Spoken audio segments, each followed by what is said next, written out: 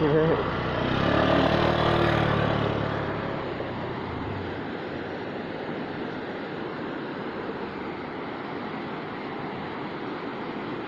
Sripuko.com, saat ini kami sedang berada di Jembatan Gantung Desa Pagar Batu, Kecamatan Pulau Pinang, Kabupaten Lahat.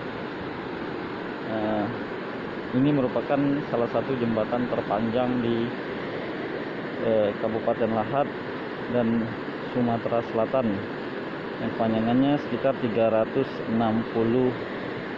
meter dengan ketinggian sekitar kurang lebih 15 meter.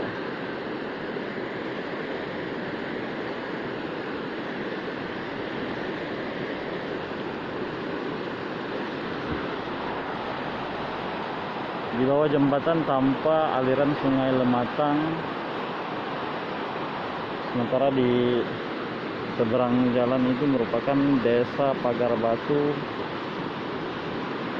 merupakan salah satu desa tertua yang ada di Kabupaten Lahat dan salah satu desa yang menjadi petilasan Raden Patah.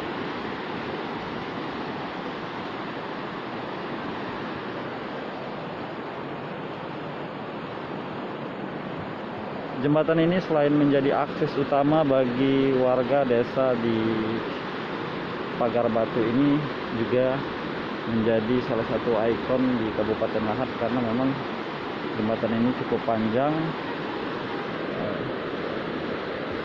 dan cukup menarik.